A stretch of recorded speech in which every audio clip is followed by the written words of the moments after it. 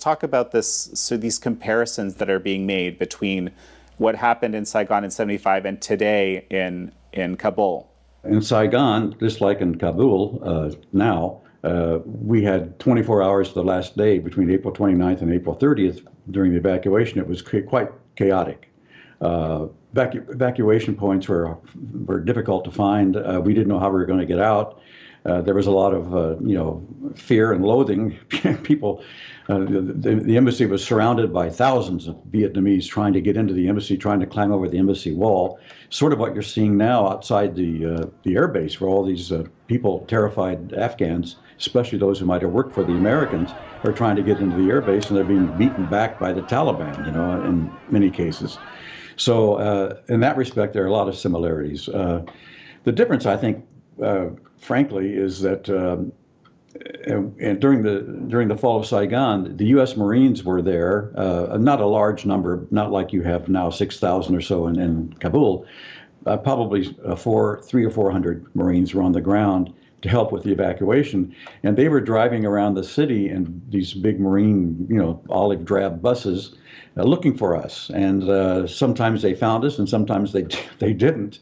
But when they did, we were taken out to Tansanit, where we were taken out on these CH-53 Sea Stallion helicopters. But what's interesting is in Kabul now, those American troops are not allowed to go out into the streets of Kabul and find Americans and bring them back to the airfield. And I think that's really quite weird. I think that they're not allowed to do that, where the French and the British are doing it, bringing in with a smaller number of people. Don't know why that's happening. And one of the things that kind of jumps out to me is that, these are very, very different fighting forces, right? If the Vietnamese were, an actual military of sorts, whereas the Taliban aren't. I'm not an expert on these, but you were, I think in the late 80s reporting in Afghanistan, actually, with the Mujahideen versus the Soviet Union and so forth. So you have some sense of how that works. Well, the difference is this: the NVA, the North Vietnamese Army, which is what when they invaded South Vietnam after the, right around the beginning of March, and then around March 15th, Ban Mae Thuot, which was in the central highlands of Vietnam, that fell. And so from that point on until the time of the evacuation, that was like 55 days before the fall of the entire country and Saigon. The military, the NVA, was a very disciplined, very well ordered, and very professional army with a very specific kind of command and control, and the different units. They were very well coordinated.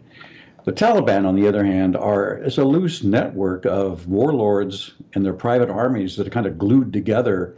And you may have a couple of people at the top, but I don't know how much power those people at the top have, because it seems to be all the decisions are made by a committee of these warlords. And if somebody doesn't like it, one warlord doesn't like what's happening, he may pull out. We just don't know. This is not the same kind of a military. And so what's really puzzling to me is how quickly then Afghanistan fell, the government fell, given that they were not faced with a very professional army like the South Vietnamese were when the North Vietnamese army came down. It's quite different.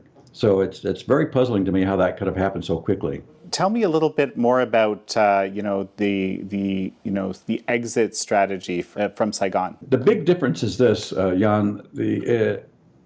Between the fall of Ban Mae Thuot, which I mentioned before, and the end of the evacuation, the beginning of the evacuation, the U.S. Embassy and the Americans who were on the ground in Vietnam made a concerted effort to get out a lot of the Vietnamese who had worked for them. And as a matter of fact, probably between about a month before the place fell, I would say by April, from March 30th until about April 20th or so, they were able to get out 35,000 or so Vietnamese who had worked with the Americans. That seems like a very large number, and it is. However, there were another 100 or so thousand who didn't get out, who had also worked with the Americans. So while they got out 35,000, and on the last day another 5,000 were taken out, in addition to the 2,200 or so Americans that were lifted out of there.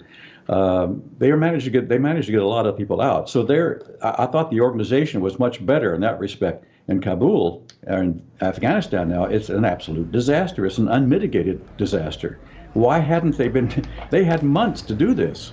I mean, the Biden administration has been in power for 7 months. And so why couldn't they have begun this process 3 or 4 months ago, slowly taking out these Afghans who were going to be probably targeted by the Taliban after they took over? They haven't done this. They didn't do anything, nothing. And so now you have all these people on the ground in Afghanistan, and God knows what's going to happen to them. I suspect a lot of them will be executed.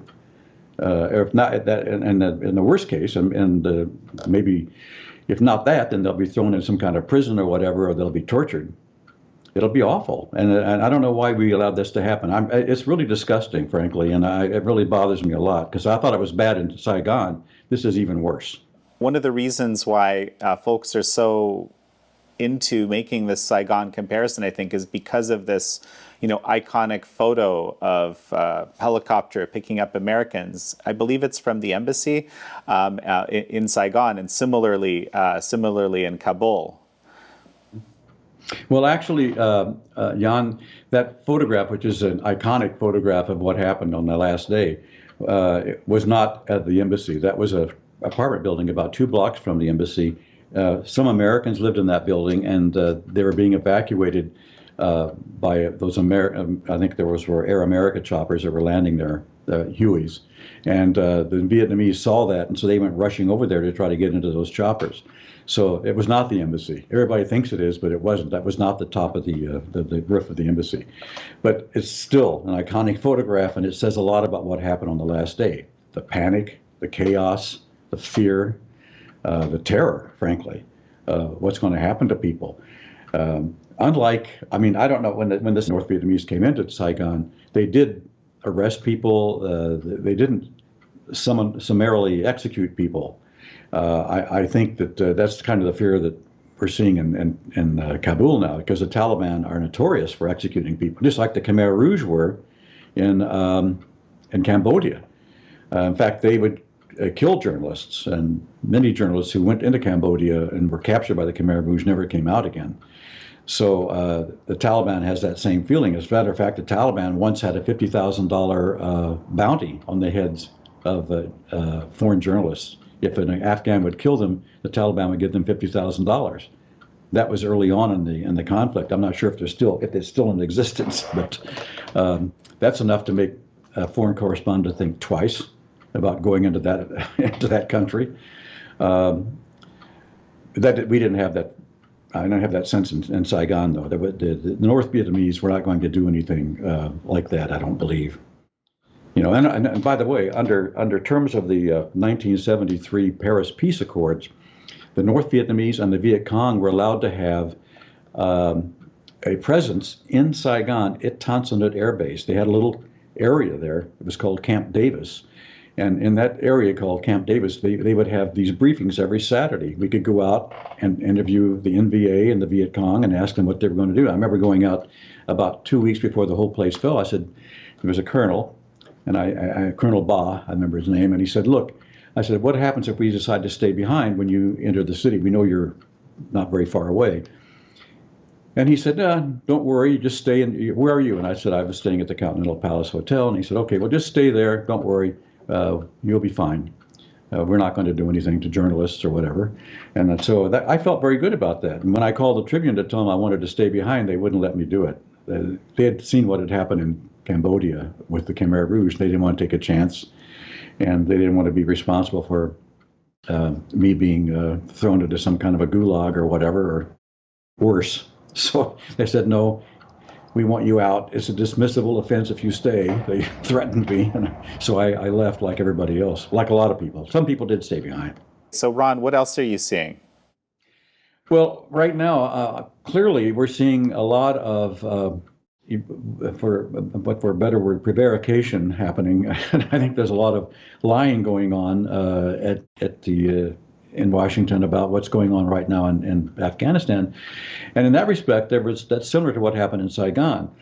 For example, in Saigon, there were, as about a week or about 2 weeks before the whole place fell, the embassy was putting out statements to the Vietnamese press, and the ambassador even went on television, Vietnamese television, and he said, I want to make it very clear that Americans are not leaving you. We are not going to leave you.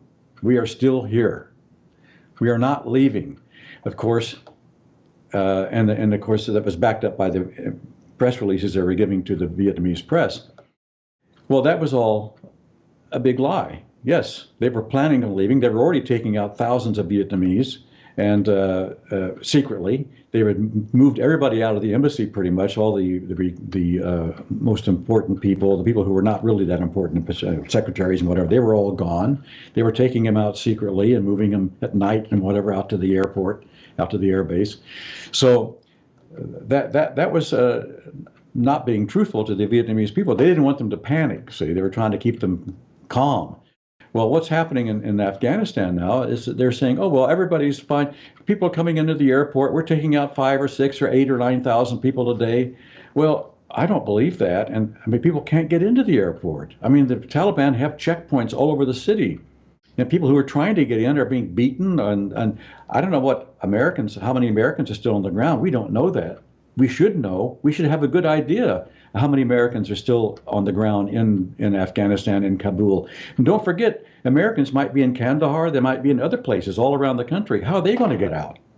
You know, they shut down Bagram Air Base, which was a huge mistake. That should be open. And they could have secured that air base very simply. But now it's gone now.